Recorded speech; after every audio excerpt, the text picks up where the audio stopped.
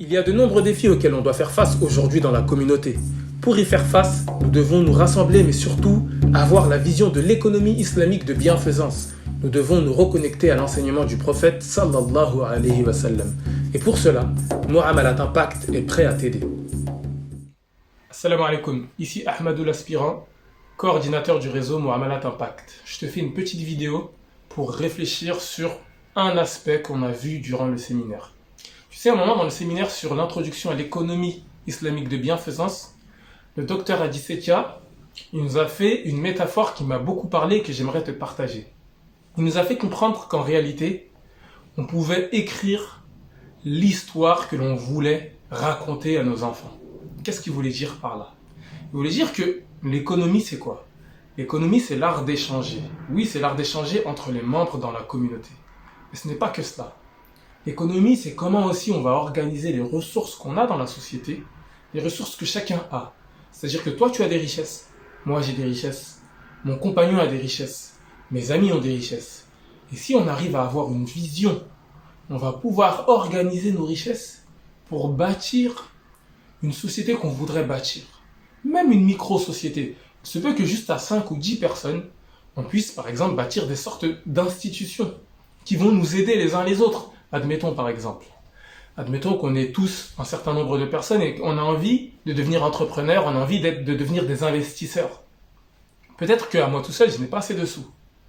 Mais peut-être que je peux mettre l'argent dans un pot commun et que l'argent qui sera mis dans ce pot commun-là sera utilisé ensuite pour aider un membre de notre groupe à investir.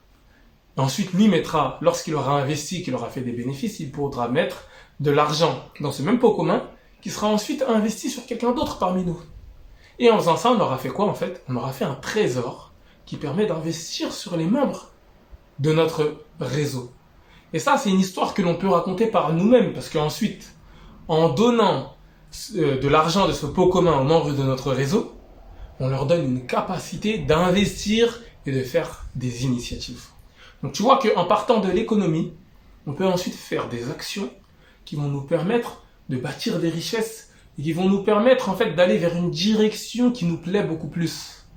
Donc Dr Hadi Setia, en nous expliquant tout ça, il nous disait alors qu'on peut être des acteurs de l'histoire que l'on veut raconter. Est-ce que dans cette histoire, on veut être des acteurs, des gens qui ont pris des initiatives, des gens qui se sont battus pour essayer de mettre en place des conditions qui soient plus décentes et plus favorables pour nous-mêmes, pour les générations à venir, pour la création?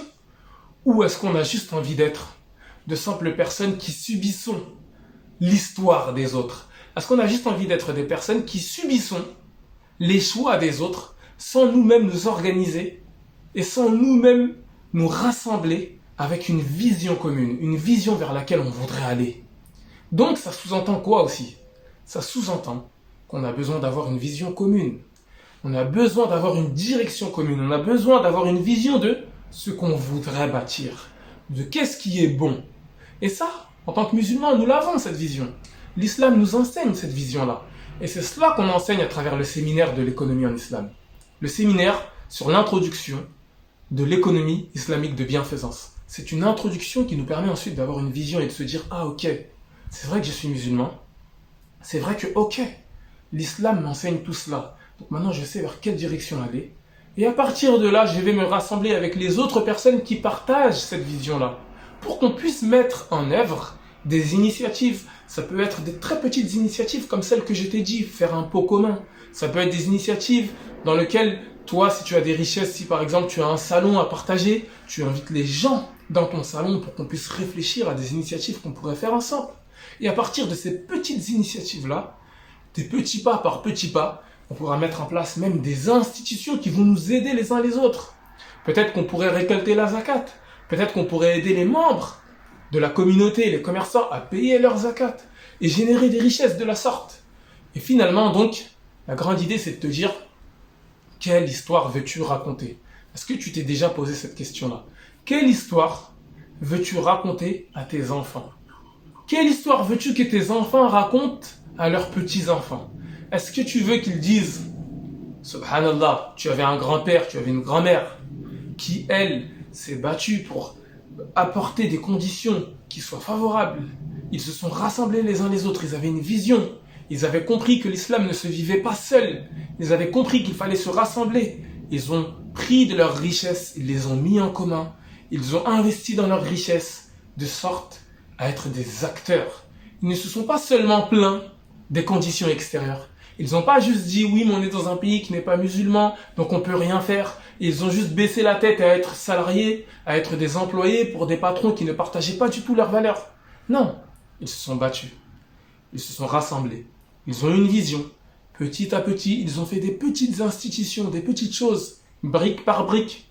Et par cela, ils ont pu agir sur le réel. Par cela, ils ne sont pas restés prisonniers des conditions dans lesquelles ils se trouvaient. Mais ils ont œuvré à leur échelle, avec ce que Allah leur avait donné, en ayant confiance en Allah, en sachant que c'est ça, être musulman. C'est aussi agir sur le réel. C'est aussi regarder le monde tel qu'il est et se dire, bon ok, étant donné que le monde il est comme ça, qu'est-ce que je dois faire? Qu'est-ce que je dois faire moi, personnellement, et qu'est-ce que je dois faire avec mes frères et mes sœurs? Parce que l'islam, c'est aussi une religion où on vise le collectif. Tous les jours, on récite la Fatiha, et qu'est-ce qu'on dit dedans? On dit « Iyyaka na'budu wa iyyaka nasta'in » c'est toi que nous adorons Allah, et c'est en toi que nous cherchons l'aide. Donc c'est un nous. C'est par nous, c'est une religion du nous. C'est ce qu'on dit, on dit « Iyyaka na'budu wa iyyaka nasta'in ihdina sirata al-mustaqim » guide-nous sur le droit chemin. Donc c'est une religion qui se vit en collectif. Donc, ils avaient compris cela.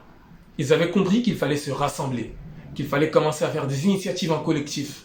Ils savaient par contre que ça n'allait pas être facile. Mais ils ont fait petit à petit des choses à leur portée. Il y a des choses qui ont réussi, il y a des choses qui ont raté. Et avec tout cela, ils ont pu se battre. Ils ont pu faire face. Ils ne sont pas restés passifs, mais ils sont restés actifs.